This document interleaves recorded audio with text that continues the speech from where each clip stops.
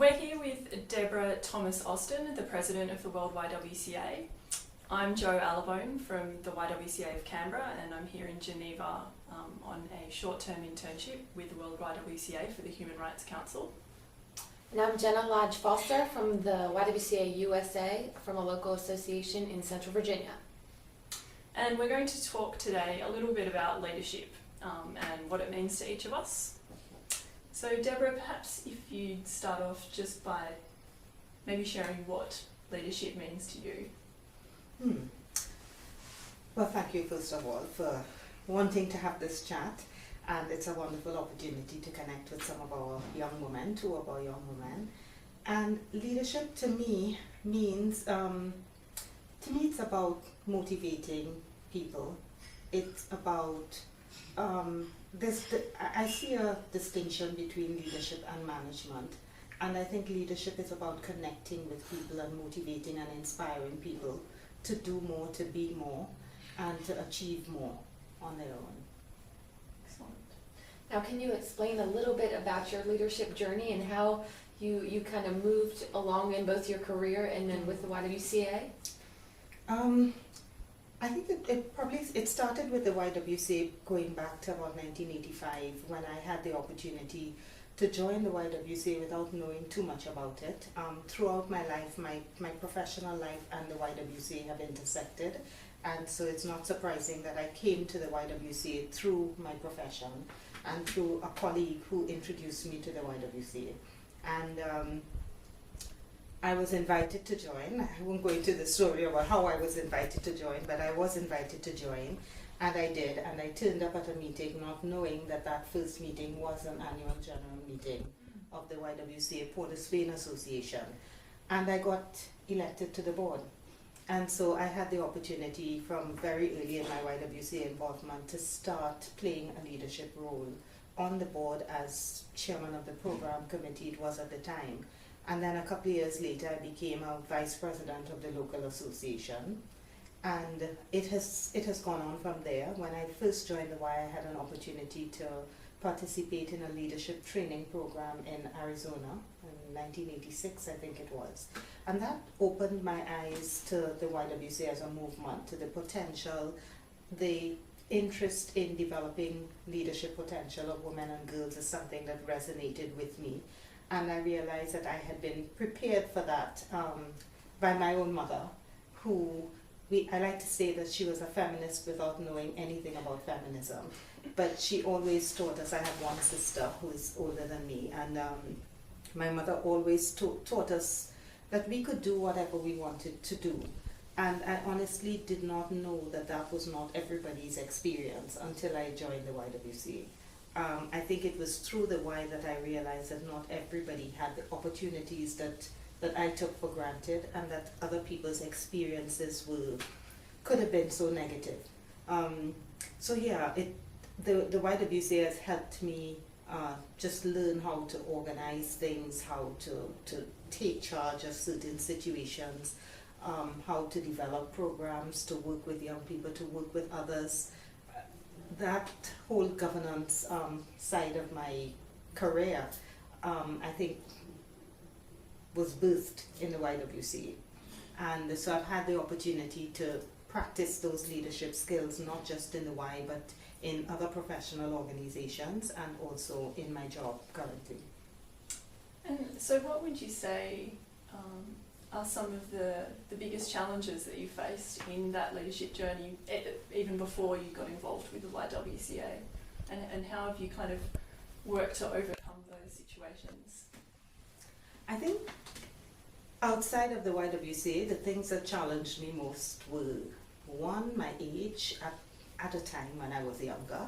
And so I think for many people, I looked much younger than I was, and that might have been difficult for some people to accept. But very early on, I just always said to people, that is not my issue. That is your issue. You need to deal with it. I cannot apologize for my age, and I cannot apologize for my gender. And a third issue cropped up for me over time was academic qualifications. And it made some people very uncomfortable. And as I said, I just think for me, it was not something I was prepared to take on as an obstacle. So it was just about, for me, just seizing opportunities when they came up.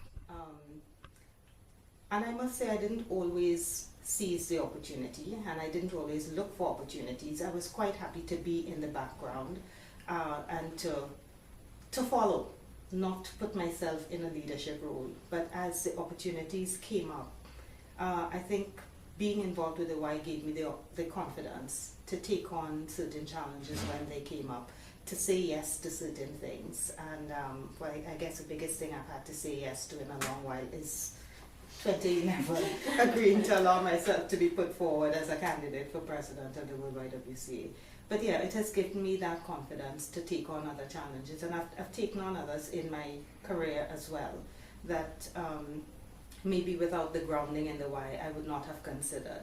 But I think one of the things that I do is, if I decide to take something on, I'm realistic about what is involved, and I try to find out as much as I can about what is needed and to develop the skills if I don't already have them. And I'm always willing to learn. I think as long as you live, you learn, and so I'm always willing to find out more and to open myself to new ideas and new things. I can certainly relate to your point about the Y giving you a space to explore your potential and in fact giving you the confidence to step up and take advantage of opportunities. I think for me, just in the last few years that I've been more involved with my local Y, people have pushed me to apply for things like this internship, for example, where otherwise I would have been, as you said, quite happy to sort of stay in the background or, you know, think, oh, I probably won't get it because of this and this and this. But the Y, certainly in Australia, seems to have a culture where we really are supporting each other, and people will push you along and help you acquire the skills that you need to take advantage of those. And I've had the same experience. There's been, I think, of two very strong women from the U.S. That have kind of supported me along the way, just kind of encouraging me to go after opportunities that, you know, I may not have gone after, and sometimes we may not even know about. And they've just kind of encouraged me. So it's definitely part of the empowering women and things like that that I've experienced personally. I think sometimes it's evident that people see things in us that we don't necessarily see in ourselves, and we have to be open to hearing that and seeing what they see in us, and just going out there and trying to live up to that. It may seem as though it puts pressure on us, but I think it maybe puts a little pressure on us, but it also forces us to explore our own potential in ways that we might not otherwise have done. Yeah. It's wonderful to just think about those situations and think about the people that are cheering you on in the background and really wanting you to succeed, you know, making sure that you know you're capable of doing big things. I mean, Joe and I had a conversation about just this opportunity, this internship last night, and it was like, you know, this is such a blessing, and this is such an important kind of pivotal moment in our lives and in our careers and our experience with the YW, and just really being immersed in the Human Rights Council and this leadership opportunity is just, it's huge, and it's just we're very grateful for it, and to the women that really supported us along our journey. Absolutely. And the ones that are on Twitter actually supporting us right now. We know who you are. And it also, I hope, inspires us to know that we can do the same for other young women as well. And hopefully you would have the opportunity to do that before very long. So just to wrap up, do you have any kind of key points of advice or just key learnings that you'd like to share with other women that are, whether they're young women or other women that are thinking about the next step in their leadership journey, or maybe they're just embarking on what they think is their leadership journey? I think we all have the potential for leadership within us. I think we need to just look inside and to accept and acknowledge our strengths and to be able to take those forward. I believe that women's leadership has to be different. I think women bring different qualities to leadership, and we should not be ashamed of that. We need to lead with integrity. We need to have values as a basis for our leadership, and let those values shine out, so that our leadership is seen as different. I think if it's going to be the same as everybody else's, then there's no point in it. As leaders, we have to stand out. We have to be willing to do things differently. And I just firmly believe that at the back of it, must be very strong values and acting with integrity at all times, and encouraging other young women. Yeah. So whatever you can do in your own spaces to share your experiences and give other young women the support that they need to embark on their leadership journey, I think you should seize that opportunity. And with the YWCA, you never know where it's going to take you. That's Absolutely. Well, thank you so much for taking the time to chat to us this afternoon, Deborah. We pleasure. really appreciate it. Yeah, thank you. Thank you.